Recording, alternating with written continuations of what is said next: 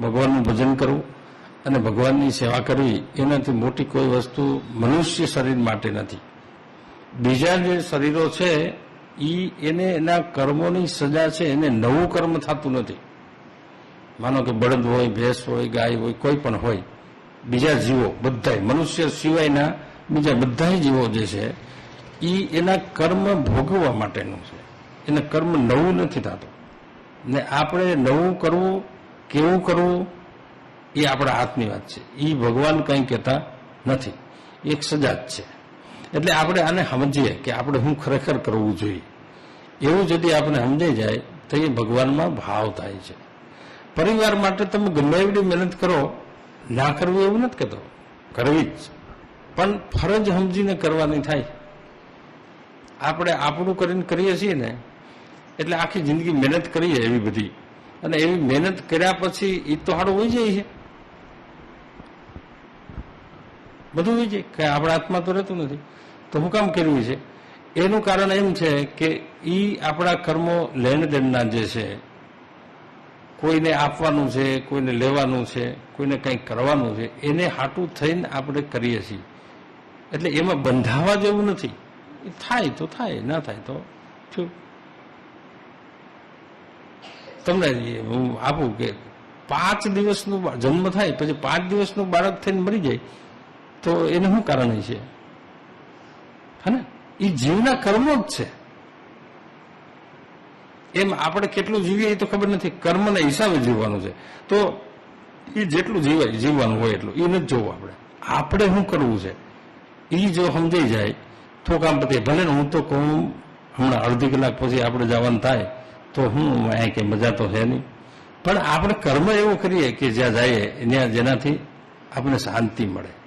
અને દરેક મનુષ્યની ખોજ શાંતિ માટે છે. તમારે ગાડી લેવી તો ભલે, નોકરી જોતી હોય ભલે, મકાન જોતું હોય તો ભલે, કાંઈ પણ જોતું હોય તો શાંતિ માટે છે. અને એ તો મળે છે. તો ક્યાં શાંતિ મળે છે? કારણ કે એમાં નથી તો ક્યાંથી મળે? એ તો આપણે નક્કી કર્યું છે કે આ મળી જાય તો આપણને હવે શાંતિ થઈ. અત્યાર સુધીમાં નહીં, જેટલા વર્ષ થયા તપાસ કરો. આપણે એવી કલ્પનાઓ કરી છે કે હવે આ થઈ જાય એટલે આપણે શાંતિ, આ થઈ જાય એટલે શાંતિ, આ થઈ જાય એટલે શાંતિ.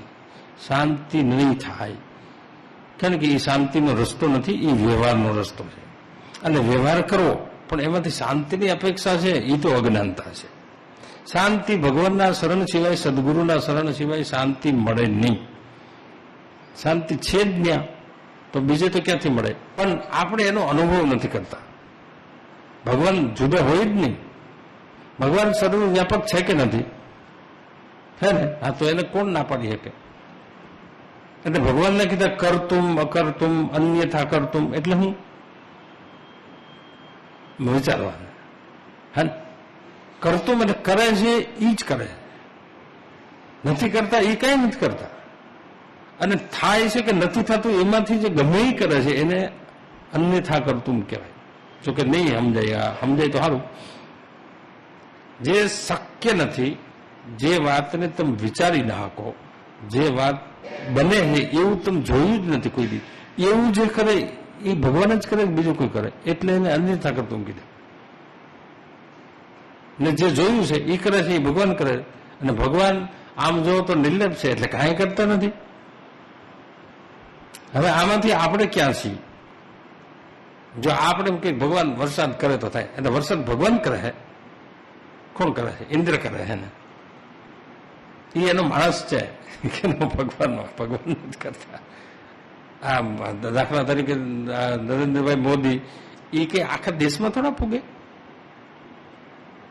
એની બધાની સત્તા હોપેલી છે.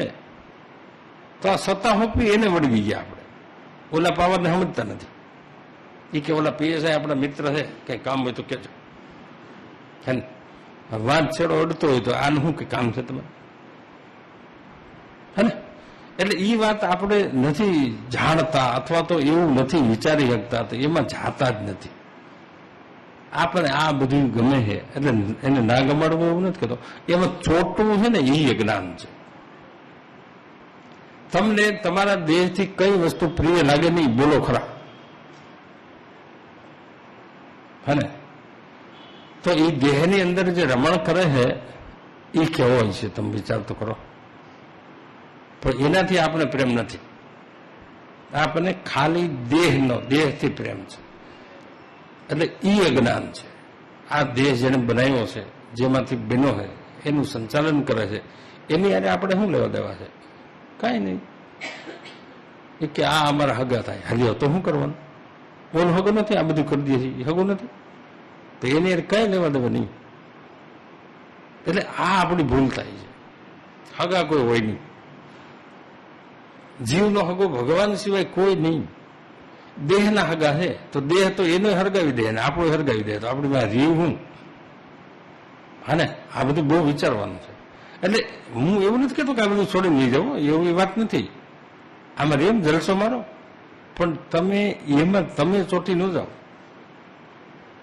ખોખને ત્યાં જાનમાં ગયા હોય ત્યાં જમણવાર હોય તો બધું સારું, આપણે ન ખાઈએ, બધું ખાઈએ કે નહીં, પછી એવું ઘેરે આવીને કરી નહીં કેમ?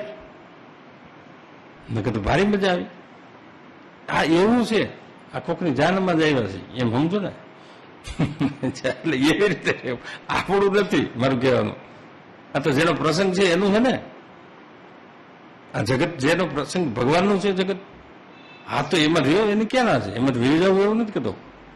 પણ આપણું નથી તો ખબર હોવી જોઈએ ને. આપણે જાનમાં ગયા હોય ન્યા ઓલા કંદોની દાપણ કરવા જઈ કે થોડાક આવા ભજીયા કરજો, ઓલો મંથળ બનાવજો ને એવું કઈ ના કઈ ને તો અહીંયા આપણે કહી છીએ.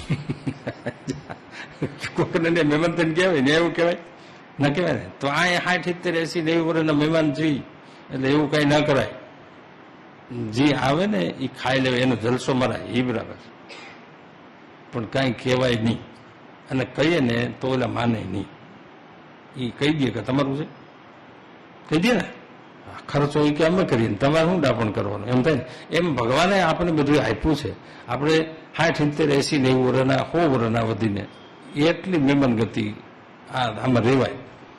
પણ આપણું ગામ, આપણું નામ, આપણું કામ એ બધું આપણે યાદ હોય કે નહીં? કોકની જન્મ ગયા હોય તો હા, તો એ યાદ રાખવાનું છે કે આપણે શું કરવાનું, વધારો કર્યો કે નહીં, હા ને, એ યાદ હોય કે ના? હા, એવી વાત છે. એટલે આપણી ફરજ છે એ આપણે બજાવવાની, આમાં રહેવાનું છે. એ આપણું છે નહીં કાંઈ.